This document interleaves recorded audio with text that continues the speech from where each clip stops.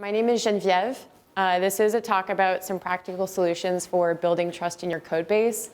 It's kind of just a reflection of my experience maintaining multiple open source test-driven Golang projects while trying to build trust between the maintainer, the contributors, and the code.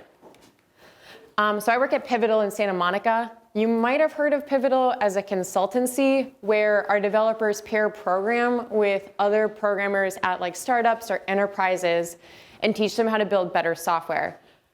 We teach them pair programming, test-driven development, and a whole host of other agile methodologies. But there's actually another division of Pivotal, which is research and development, and we build some products in there. And one of the products that we build in there is Pivotal Cloud Foundry. Cloud Foundry is a heavily distributed platform as a service system. That probably means absolutely nothing to you, but what it is that there's an iPhone developer. Imagine you're an iPhone developer and you work at a bank, so a really big business. And you know that your application is going to be used by thousands of people every day at every moment, and you need it to be highly available and you need it to be highly secure because that information is important. So you want that to run on multiple infrastructures, which is like those cloud companies that own Amazon Web Services or Microsoft Azure or Google Cloud Platform. And so that layer between the infrastructure and you actually programming your app and pushing it somewhere, that's where we fit. That is the platform as a service. So Pivotal Cloud Foundry is actually a product built around an open source tool called Cloud Foundry. So some of the teams at Pivotal work entirely in the closed source, and others work entirely in the open source. My team actually works entirely in the open source. We maintain a few different projects. We actually do something called infrastructure paving, which is partitioning the network and provisioning the resources that you need in order to deploy Cloud Foundry. But there was another project that we maintained, and that's the project that I'm here to talk about. It was an open source project with no tests. Console. In Cloud Foundry, there's this need that we had for something called service discovery. So in a deployment, there are a lot of virtual machines running. And some of the virtual machines will have a service running, like user authentication, a database, a whole bunch of other things. And so somebody needs to know when somebody is making a request to Cloud Foundry, how to reach that service. Like, what virtual machine is running that service? This is what we chose Console for. Console is an open source software maintained and created by a company called HashiCorp, so it's not ours. But what we had to do with Console is actually make it runnable by our orchestrator, Bosh. Bosh is like, if you've ever heard of Chef or Puppet or Ansible, I think, Bosh is similar. So what we had to do was create something called Console Release, which is a collection of Ruby and Bash scripts that essentially customize Console so that Bosh can orchestrate it. So originally it was very simple. The premise was incredibly simple. It would just start up a single console daemon into a one-node cluster. That's all the Bash script had to do, was just start it up. It would re-enter, it would re-trigger that node. It was great, it was easy. But eventually we had to add other features, like high availability. So instead of a one-node cluster, you now have 3-node clusters. Another feature that we had to add was TLS encryption. This would mean that there were like certificates and keys exchanged between the different nodes in the cluster and then the VMs that they would interact with. So all of that's to say is that we had to implement orchestration procedures. So what I'm really here to talk about is that orchestration is complex. Before these features, the minimal implementation made sense. It was really simple to implement in Bash. But eventually, the orchestration became complex such that if the node came up, it had to determine whether or not there were other nodes already up and how to interact with them and join their cluster. If there wasn't a cluster, then they can do the solo thing and go up and start their own cluster and be the leader of that cluster. And like, eventually, they would actually have to welcome new members in. So generally, orchestration is complicated, but we had to do it. There was just a small problem. We didn't actually trust the code base, and there were signs. So the first one was that we couldn't actually articulate all of the behaviors of the system, which sounds like a weird thing to want to do, but it's actually kind of necessary. So with all of these like new features and additional caveats, we'd actually kind of lost track of how the system behaved in certain scenarios. So what had the user grown to expect of console release? And then on top of it, over time, engineers will roll on and off of a team. So you actually lose a lot of context in that way. We hadn't built console, and then console release was something that was made by people who might not actually be on the team anymore. So you lose all of that, what we call context, the history of the project, the institutional knowledge. A second sign was that we actually didn't want to add new features because they could break existing behaviors and we wouldn't know it. So you can like manually test things and be like, oh, I think that old thing still works and that new thing works, and all right, well, that's all I'm going to test right now. And like, you don't know for sure that you haven't broke any existing behaviors. For instance, with TLS encryption, we had to both support the normal non-TLS case and then opt-in TLS encryption, which meant that not only did we have to support this path and then this path, but we actually had to make a migration path between them. And then that could introduce a whole host of other things and come with their own bugs.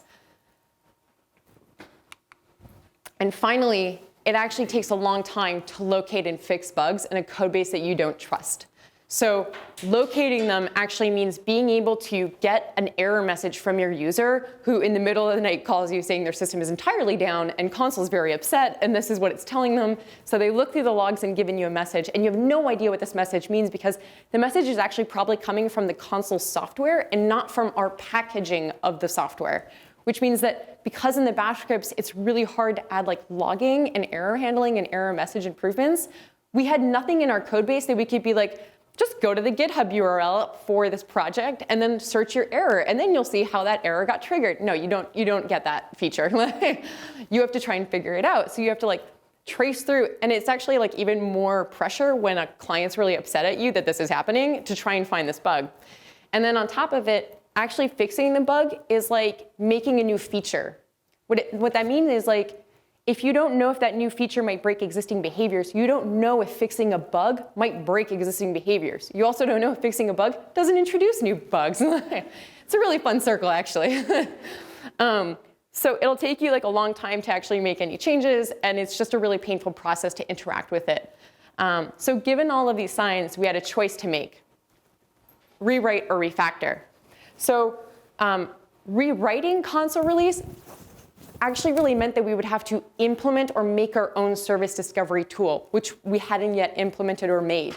So rewriting it meant throwing it entirely away and building our own service discovery tool.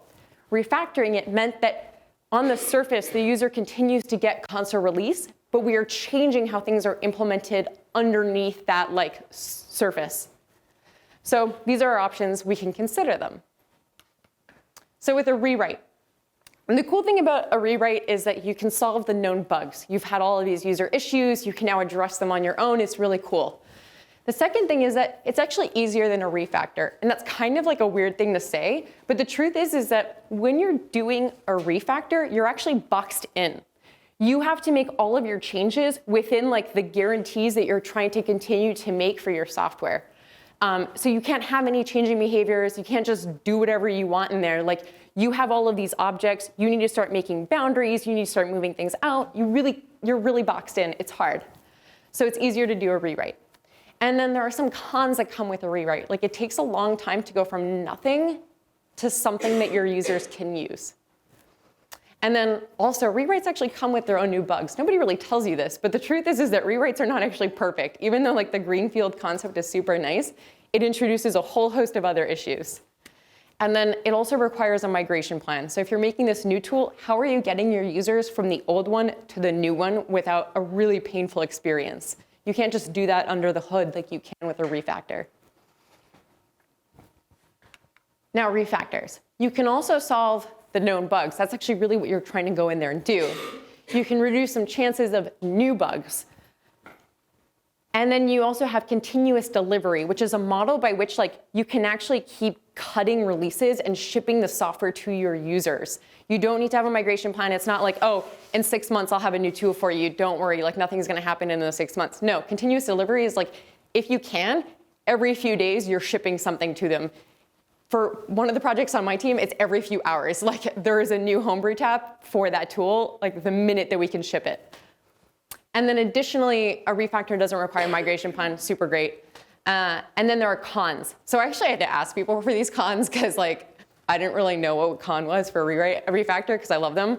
But apparently there is a risk of over-engineering, which is that like now that you have this like gnarly code base all tested and you can like do whatever you want to it, people just gold plate it. Like they get so excited they do extractions of reusable components that aren't actually ready to be extracted or even reused. So you invest all this time without a lot of benefit coming out of it. And then finally, it is harder than a rewrite for the previous reason. Okay, so obviously we chose to refactor the code base. And I think what we really chose to do was to actually improve its stamina. That's why there's a horse. And so, the definition I have for stamina is actually a software's ability to change safely and reliably over time. And you want that because the project can be used for longer, you can get more users, and if it's open source, you actually get more contributors. The longer a project lives, you can have a bigger community around it. It's very lively. And then you want stamina because your software is going to change, and you want it to do so safely and reliably, and your software will change.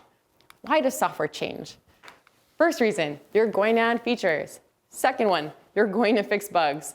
Third, you're going to want to improve design, especially for components that you actually see the use in, like extracting and getting something out that you're going to use for another tool. So it might be a service, it might be a library, it could be anything. In Golang, we actually really like small, sharp tools.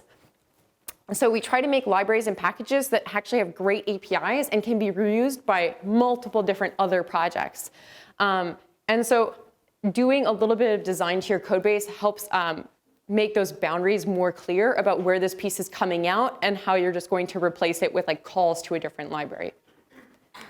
And then finally, you'll want to optimize the performance. And so a lot of times people are like, oh, are you talking about like the heavily distributed system? Like, are you talking about like thousands or hundreds of thousands of requests or lots of apps and stuff like that? And I'm like, not even that. I actually have this really small library that I maintain called Leftovers that actually cleans up orphaned IaaS resources, which is like infrastructure like IP addresses and networks and instances and all these things that cost you money when they're just like hanging around. And a lot of times they get orphaned by orchestrators. So I made this little library and I was like, oh, there's no need to optimize performance here. It's wonderful. But as it turns out, if you actually have a lot of orphaned resources, it takes a significant amount of time to go through it because I wasn't parallelizing requests. So what that meant was that if you had to delete a subnet and the subnet is inside of a network, I would just like do the subnets, do the networks, do the IP addresses, and then go down all of the resources. And I would do each of them one by one. But what I actually did was I was able to optimize the performance so that I could parallelize by the type of request. And this significantly improved the user experience. So these are all the reasons that software changes. And then what do we actually call software that does not change safely over time? There's actually this expression that gets thrown around a lot for software that you really don't want to deal with, that it's stressful to deal with, that you don't really trust what it's doing, you have no idea why it's doing what it's doing. And I think we call that legacy code. And it's actually really cool because it's interesting, like legacy code is usually an incredibly critical part of your system that you don't really want to work in because for some reason there's this concept that it's hard to replace, it's hard to improve. All of these reasons, people just throw the words legacy code at it. But there's actually a great definition from the book Working Effectively with Legacy Code by Michael C. Feathers, where his definition for legacy code actually has the solution right there. So his definition is that legacy code is simply code without tests.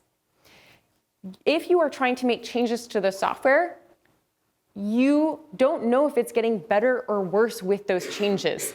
So you have no more confidence than before you made the change. You have no idea what could have happened. It's actually interesting that legacy code is a pejorative term. There's a great talk by Chad Fowler, I think, from Go2, where he talks about how legacy in almost all of these other industries or other situations is actually like a really nice term. Your grandmother's legacy, Beethoven's legacy. And then in software, for some reason, we use it so negatively. People don't want to deal with that. It needs to be replaced, it needs to be rewritten or gotten rid of. And while it's true that legacy code probably does indicate that there is some sort of difficulty in dealing with the system, there is a really huge benefit that legacy code has, and that's that legacy code also has value. If it didn't have value, it would be gone by now. And the thing is console release still had value for us. We were years away from re-implementing it ourselves, re-implementing service discovery. And so we still needed this to work, and we still needed to be, as developers, confident in it so that we could sleep at night. And then it just didn't have stamina, and I think that it's because it didn't have tests. So why do we need tests? Why do we think that testing will actually fix this? And it's because one of the things that tests actually provide is living documentation. So your tests ship with your code. Developers forget to update documentation all the time, and you have no idea what version that documentation is tied to. Like, it's always just very complicated and obtuse. But the thing is that, like, if you're looking at a code file and you're looking at the test file, these things have come together for whatever version that you have. And so it's living documentation. It's this expressive, as much as possible, some human language in there to describe what the system is doing. So it's living documentation. That test needs to pass for that, for that code to have shipped. So it is living documentation. Also, one other really cool part about this is that one of the first signs was that we couldn't actually articulate the behaviors of the system. And with tests, we actually had a place to go. We didn't really have documentation for this project, but with tests afterwards, we were able to say, like, that person asked me if we could do TLS rotation without downtime. I don't know if we can. Let's just go look at our acceptance test. And oh yeah, we do. That's great. Cool. Okay. And we also need tests because it will protect existing features from new ones. So you'll go into the code base to add a new feature, and then a test will either pass or fail. And then you have a whole suite of other tests that will also pass or fail. And so you protect your existing behaviors from the new ones that you're trying to add. It also protects existing features from bug fixes. So in the same way that adding a new feature changes the code, a bug fix changes the code, and now you can run the test and be sure that nothing else has broken in the process. And finally, with tests, you can actually do bug resolution for new features. So if you've used this test suite that already exists to protect the old ones, and you're adding a new one, how do you get it to feel safe? You actually add tests with that one, and we'll talk about how to do that. So this is a little bit of a tangent, but I want to talk about the difference between automated versus manual testing. So we did technically have tests around console release. It was a human being or two human beings, because we pair program, deploying a cluster of console VMs to some environment that probably took 20 to 30 to 40 minutes to create. And then that deployment itself will take 10 to 20 to 30 to 40 minutes to create. And then they will try to compile the console release, upload it, update the deployment, and then test whatever changes they've made. It's a very long, terrible process. So what automation is doing is actually the automated version of whatever your manual testers might do. And the reason why we prefer automated testing is because manual testing is long. Manual testing is boring, really boring. It's also significantly error prone. Whenever humans have to repeat the same task over and over and over again, it gets really bad. They start to miss things. It's just natural. Anything that you do at all way too long, just repetitive tasks, you just start to become a little bit more error prone. You skip a step or you miss something, and that's not great. But do you know who's actually really great at repeating the same task over and over again? Your computer. Also, manual testing is expensive. Your computer is probably a little cheaper to spend like 2 minutes running a test. A human being will take a lot longer, and they cost a lot more money. Manual testing is also not as thorough. For those like playbooks that some companies have, where they're like, okay, this manual tester will get down this version, and they will go through all of the like typical steps that a user will go through, and they'll be like, okay, cool, this is still good. But there's so many other things that they haven't checked.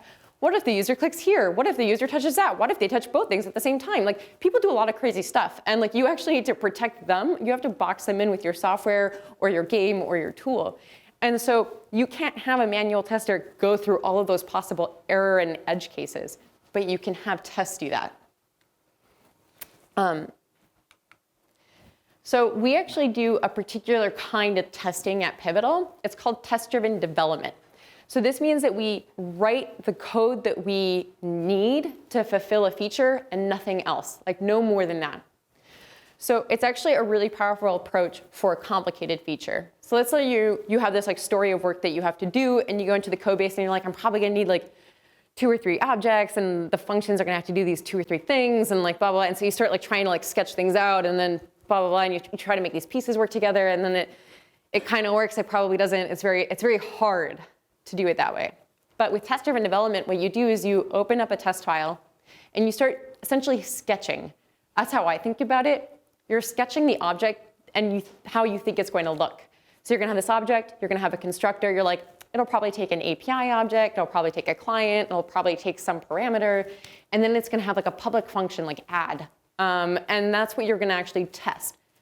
And so the interesting thing with test-driven development is that you can actually like just stop in the middle of your work and leave with a failing test. And then you can come back the next day and your test is telling you exactly what you had to implement next, which is actually really kind of fun. And then with tests, you can cover every single behavior of a feature that you want. You can refactor, remove duplication, run the test again, and then be confident that the whole thing works. And it's important to stress that it doesn't necessarily mean test first. Test-driven is what's trying to make manageable code, code that can be tested. But that doesn't necessarily mean that the tests come first. And in reality, for console release, our acceptance test didn't come first.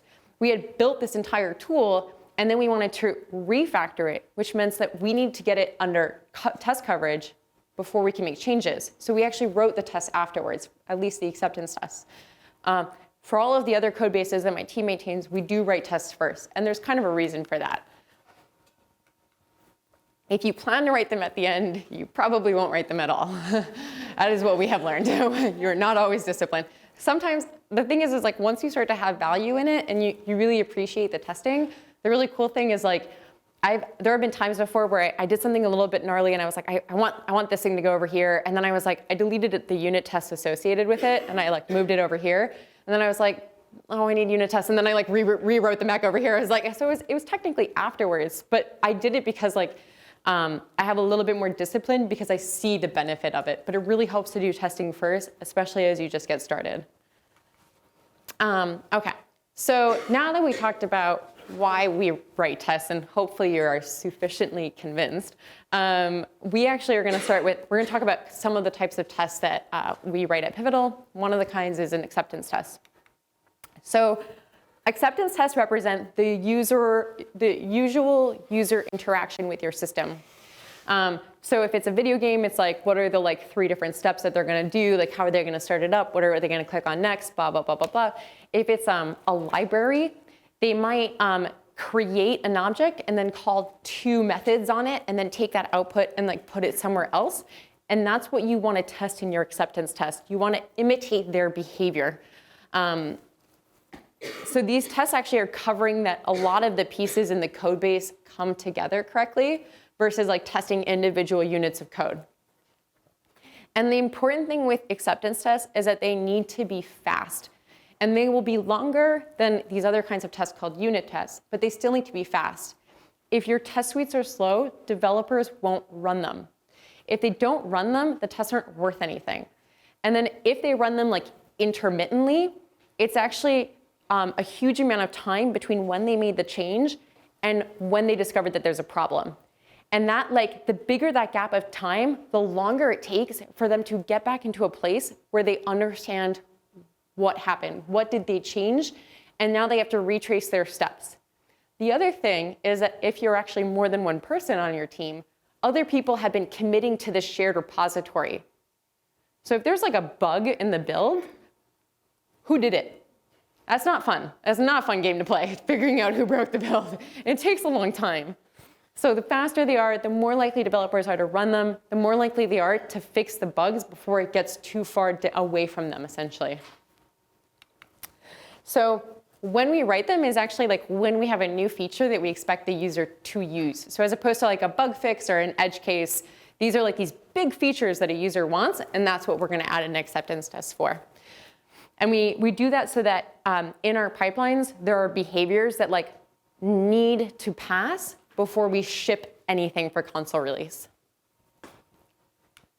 And then how do we write them? So we're actually going to go through a little simple acceptance test for console release. So this is Golang, and this is our testing harness called Ginkgo.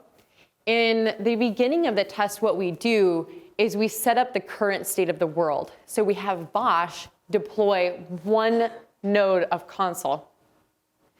And that's like what a user would do. Then what we're trying to do is we're trying to assert that there is going to be 0 downtime when scaling up this cluster. So we're going to have Bosch deploy 3 VMs of console. And then we're going to measure the downtime and assert that it's 0 seconds, because that's what the user expects. They expect 0 downtime when they're adding more VMs. So as we start to refactor the code within console release that helps support high availability, this test should always pass. This is like our gut check, and we don't have to do it manually because we can run this test.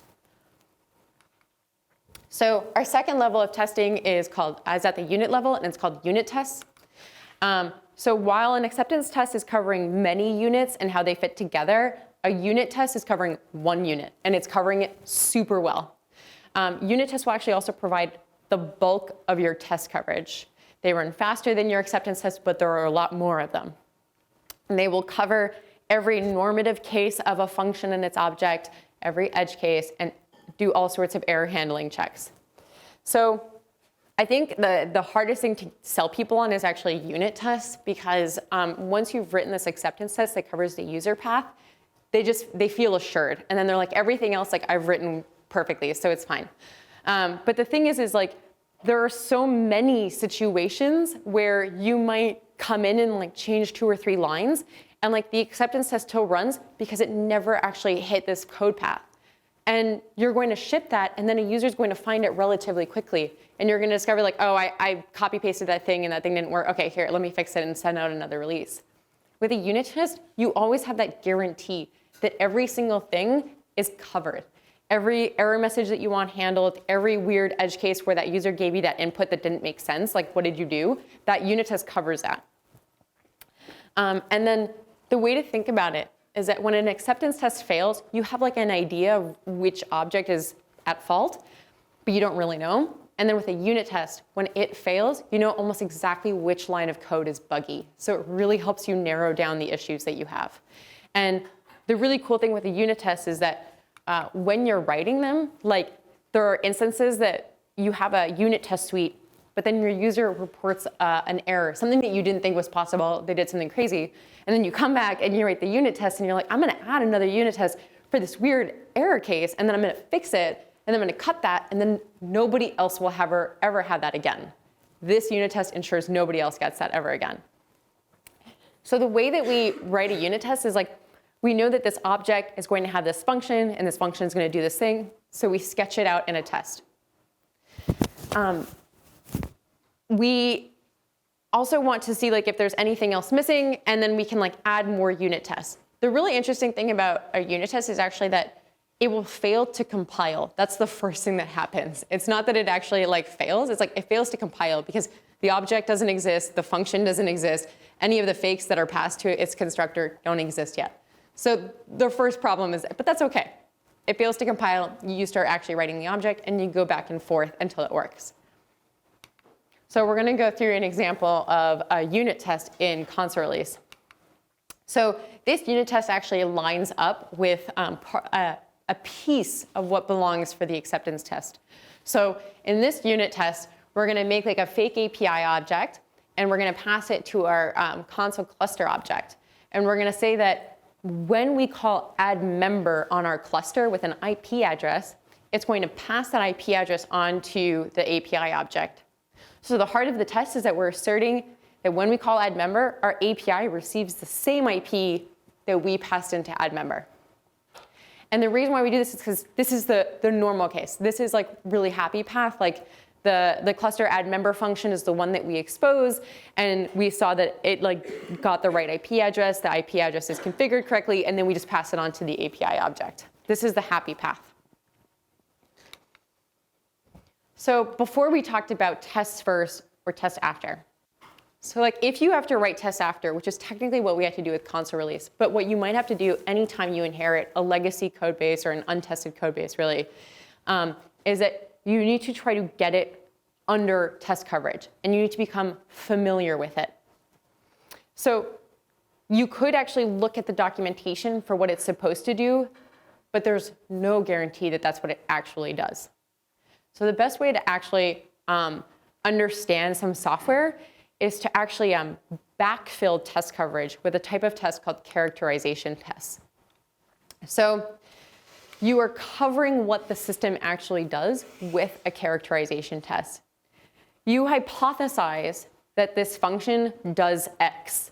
And so you're going to write a test asserting that it does X. It might pass, and if it does, you have correctly guessed the behavior of the system for that function. That's great, you now have it under test. If it fails, you get an error message, and you can use that to update the test, and now you better understand what the system is doing, and you have a test that is covering what the system currently does. So it's actually kind of interesting because a lot of people would argue like, oh, what if you just added a test and there's a bug in that logic? You literally just covered it with a test asserting that that logic is correct, but there's actually a bug in it. The thing that you have to remember is that this code base is untested and it's unfamiliar to you. You can only tackle so many things at once. What you're trying to do with a characterization test is to become familiar with it, get it under test coverage, because what that test coverage does is it gives you a status quo so that when you come back into this code base and you make any changes whatsoever, and a test fails, you have a diff. There is a difference between the previous version of the software and after your change. And what might happen is that the change that you made actually fixed a bug, so you can go and fix the test. But your change might have also introduced a bug, and the test caught it. So it could go either way, and both of them sound pretty beneficial to me. And that's why we do characterization tests, is so you can actually leave the area better than when you found it. So you might not have plans to implement something there, but maybe you were trying to do something with an object in this other part of the code base, and it interacts with that object. So while you're working in this area, it's like leaving the campground better than when you found it. You add a test to this thing, and then maybe you might come back. Maybe somebody else will come back and be like, oh, thank God there's tests. I don't have to add them. Perfect. Otherwise, it would have taken a long time. But it's really cool to use characterization tests as this like almost like a git diff, where any changes, it will show up to you as a failing test. So what was our plan for console release? How did we actually go about refactoring it? So we had this like package or this like Git repo of a bunch of like Ruby and Bash scripts. And under the hood, we wanted to sort of migrate all of these pieces from the Bash script into a Go program. So the Bash script would still be the entry point to the system. But now instead of doing all of these like functions and all these like calls out to console, it would just call our Golang program called confab. And that would do all of the orchestration procedures in a test-driven program. So we had some steps. And the first one was like, as a team, can we come up with all of the behaviors of the system that we can? So these are what we talked about earlier as like, we have no idea what the system really does in all of these different scenarios.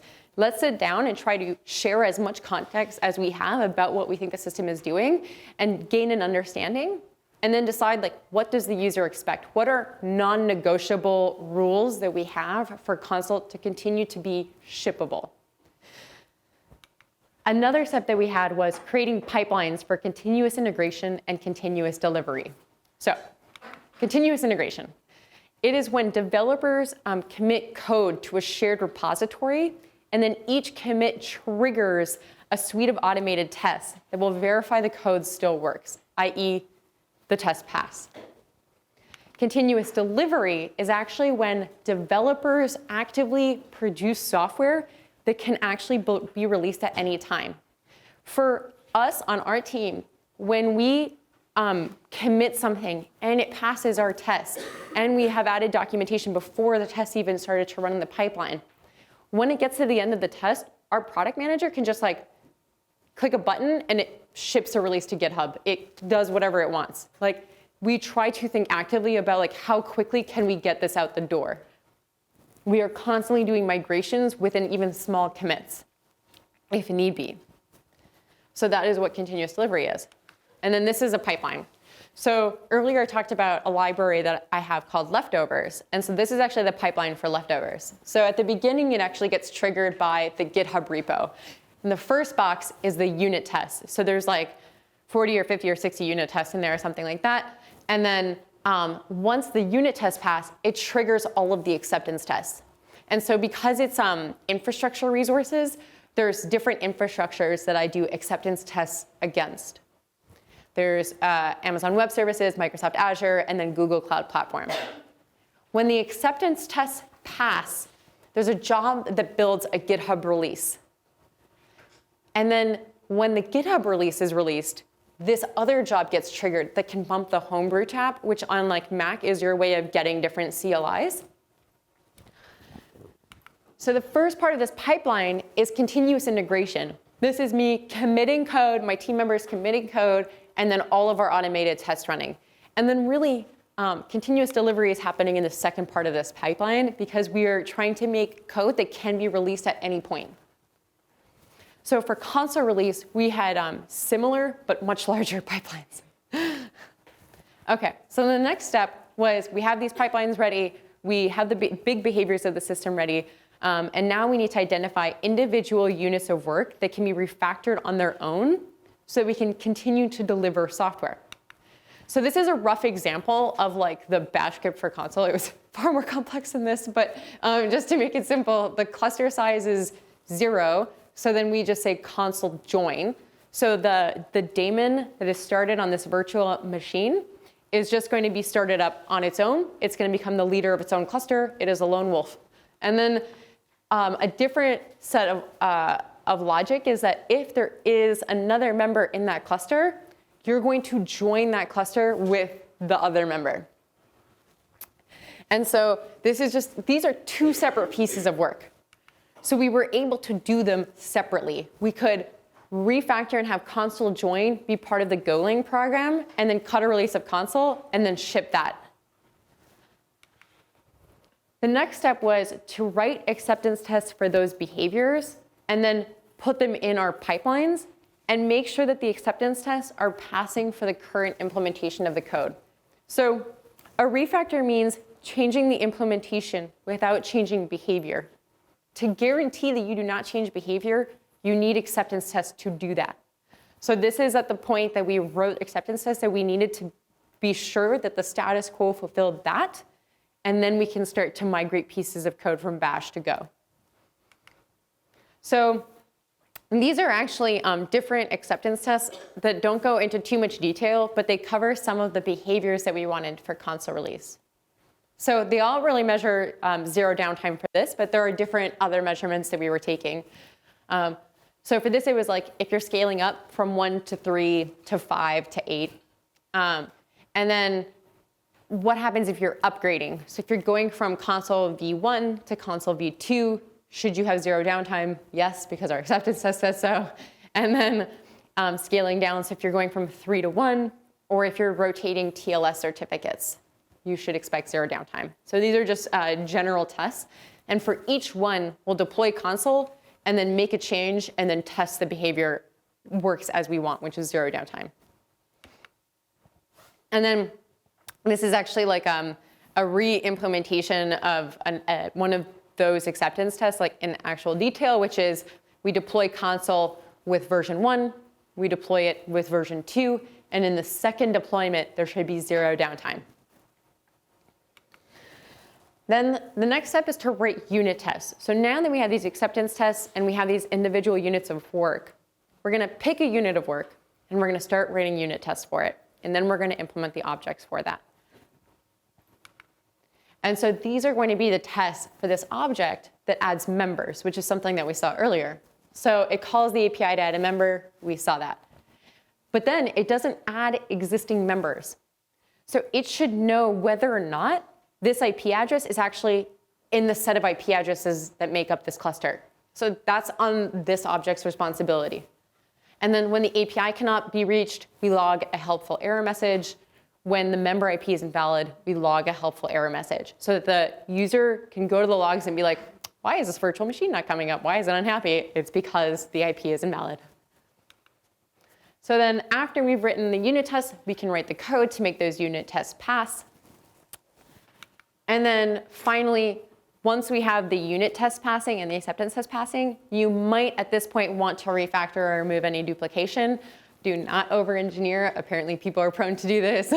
I'm just like, get in, get out. But this is probably a good time to do that. And then you're going to repeat those steps from 4 to 7. So I actually have a diagram. So this is not an accurate reflection of the size or a size of each piece in the code base. Your unit test will probably be the biggest part of your code base, then your code, and then your acceptance test. But this is prettier. So we're going to start on the leftmost side, and you're going to start writing an acceptance test. And that's going to bring you down to the unit test level. And then within the unit test level, you're going to be writing unit tests, going into the code, and coming back out. And so that would have required like a lot more arrows, but it didn't like look as nice. So we're just going to smooth line. You're doing unit tests and coding at the same time. And then in here, you've written the code, and you can come back out. So because your unit tests start as a sketch, they won't always be perfect unless you are a perfect human. So you will sometimes have to come back in and out.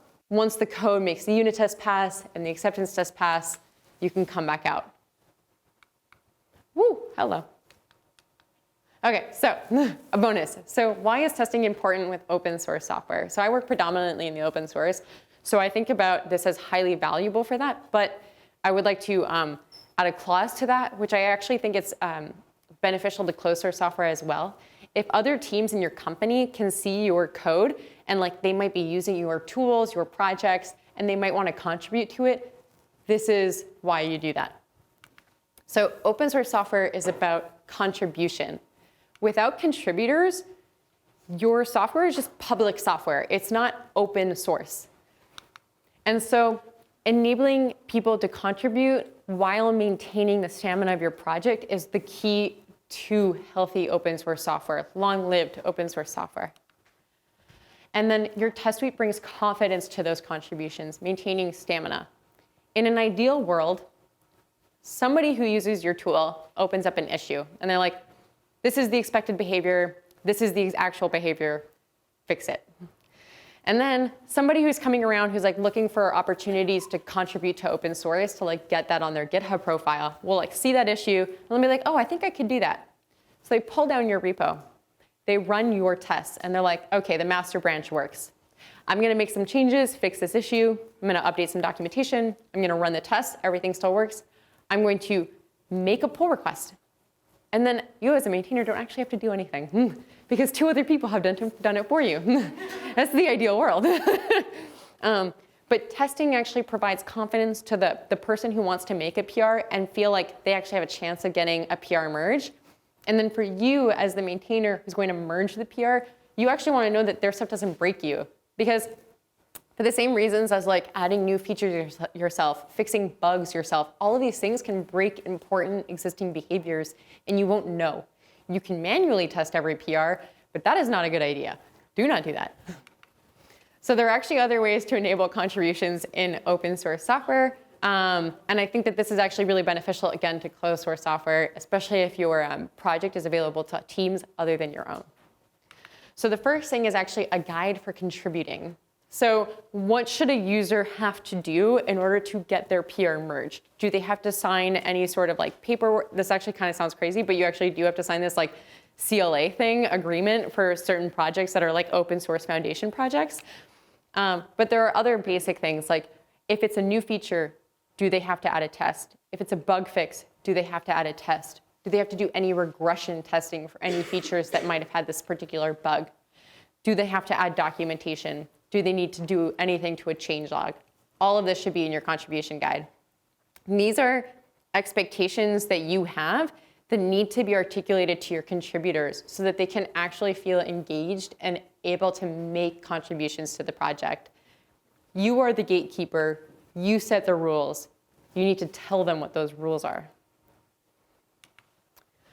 If you have a test suite, hopefully you do, you have a guide for running the tests. For us, it's actually really simple because we use Ginkgo in Golang. So you pull the repository, and then like if you have Ginkgo installed, otherwise you can do like godep or something. You can just say Ginkgo dot, and it'll run everything in your directory.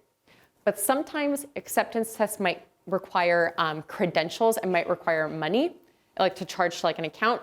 And then there are unit tests that shouldn't do that. So if somebody doesn't have their company's infrastructure account to use to run a series of tests from your repository, they're only going to run your unit tests. So for our repos, what we do is we have a scripts directory at the root level. And one script runs the unit test, one script runs the acceptance test. And so in our guide, we tell them how to do that to get what they're looking for. If they can't run the acceptance test because it like costs money and they don't have an account for something, they can run the unit test, still feel confident, mostly confident in their PR, and then when you pull down their PR, you can run the acceptance test. Consistent programming patterns. It is really painful from personal experience to make a PR to some code base that does not have consistent programming patterns. And then to get back a response, then I need to implement the object in this location and do this thing because that's what they want. But even though that's not expressed anywhere in the code base and not in a contribution guide, I don't have access to these programmers. I don't have access to their thoughts and their feelings about the code. I don't know what they want me to do, and their code base doesn't tell me with patterns. Humans recognize patterns. Try to make that obvious. So that way people can contribute and get their PR merged to your satisfaction. And this goes the same with testing patterns. If you test some things and don't test other things, you will not be surprised, hopefully, when a PR comes in with no tests. They have no idea what your strategy is for testing. And they have no idea if you actually think testing is important. So they might not actually make tests when they submit a pull request. And then also, hopefully your tests are easy to run. This really improves the quality of actually interacting with your repository. I've made PRs to repos that only have acceptance tests, and I do not have accounts for certain things. So I can't actually make changes because I have no idea what I might have broken in the process. And they don't have unit tests. And then finally, release notes and/or a changelog are really helpful. Try to document as much as possible with each release, everything that changed in like really good human language. Otherwise, people have to go through your commit messages. And some people write like really weird commit messages, especially when they're like, oh, bug fix. Oh no, fix the bug again. Oh no, really fix the bug this time, I promise. And you're like, okay, what bug? And then finally, documentation as well. So as much as I think that testing is documentation, and that's my go-to, I usually go straight to somebody's test when I'm trying to understand why the code isn't working the way I think it is. Other people will go to docs first, and that's where you can be extremely expressive in explaining why something works a certain way, how it works that way, et cetera. So a tested code base with consistent patterns can enable both the maintainers and the contributors to have confidence in the code base. They trust it to be reliable through change. Go build trust in your code base.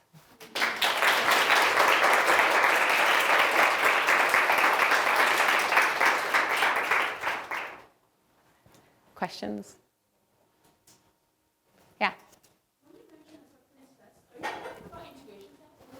So they're actually different things. I think like the way that I would think about integration tests is if you have a lot of like dependencies, you would try to make sure that your like downstream or upstream or like peer components integrate together well, and potentially you might measure performance or something in those lines.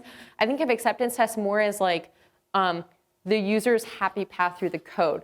So I don't know if like an integration test, you would be more likely to only test the integration of some things like one way. Whereas with like an acceptance test, the user is going to like spin up console, then make the cluster go up, and then potentially like change the versions. In each case, like the deployment shouldn't fail, and the deployment should not have zero downtime. So it's like the non-technical language for expressing like a user's experience. I think integration is far more like technical between components. Yeah. How did you go from a characterization test for a new library or something? Like how do you start like defining the cases? For like a code base that isn't tested? Yes. So I would say like do it based off of like where you go in. If you don't have any work to do in the code base and you're just going in to add characterization tests, it's a little bit hard to know like where to start. What I would suggest is like, I haven't really done it too much, but I think like I would start with what are like critical areas that you know about. So like, what object are you most likely to interact with? And so then you can go to that object and be like, okay, it has no tests. So let me like write this like generic high level, almost like an acceptance test for how I would use it and then see if it works. And then like I would drive out an acceptance test so I understand like this object gives you an output that the user's probably going to use to give to this object that's probably going to go to this other one. And so like you sort of sketched out sort of like a happy path. And then if you have an acceptance test, I think it's like easier to understand like how to make unit tests from that, like an individual object, how to cover it. I don't have a perfect recommendation for where to start, but I think you can, if you ever get access to a copy of Working Effectively with Legacy Code, he goes into more detail, I think, about like how to pick apart areas to go after. Maybe really small objects first. Yeah.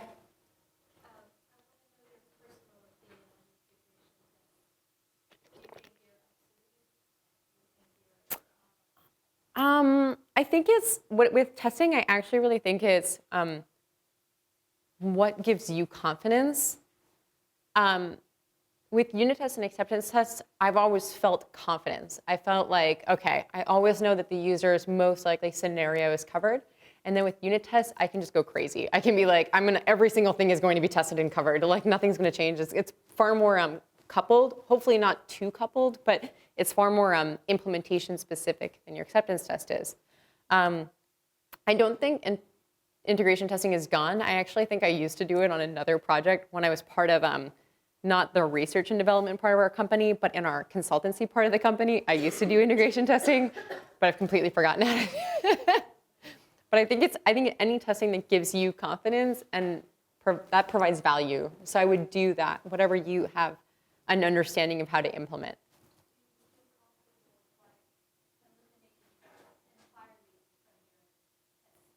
I never write them in the first place, but I think that they probably are very beneficial if you understand them well enough and like see exactly what value you get out of that versus something like an acceptance level test. It really depends on the particular code base. Yeah.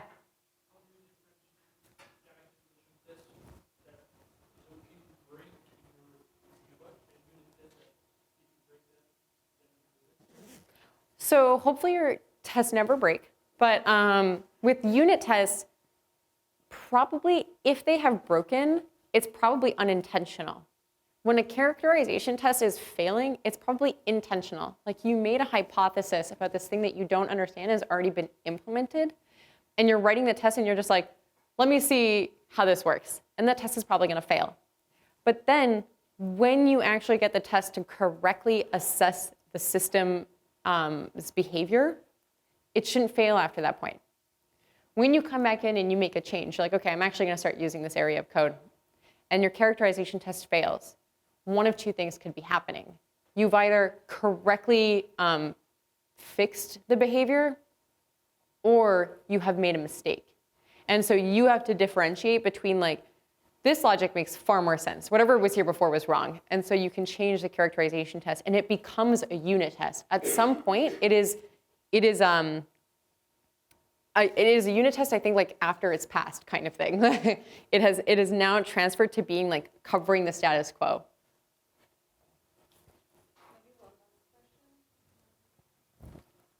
Yeah.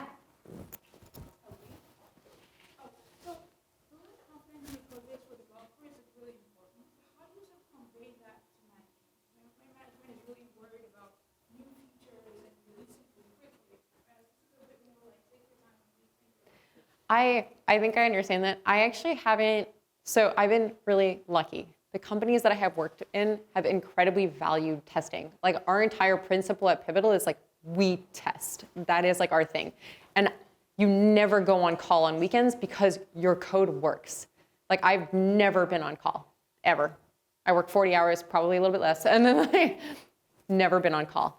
And I think like because we have done that and we've shown this this incredible effect, we've been able to teach other companies how to build software. That's like how we had labs.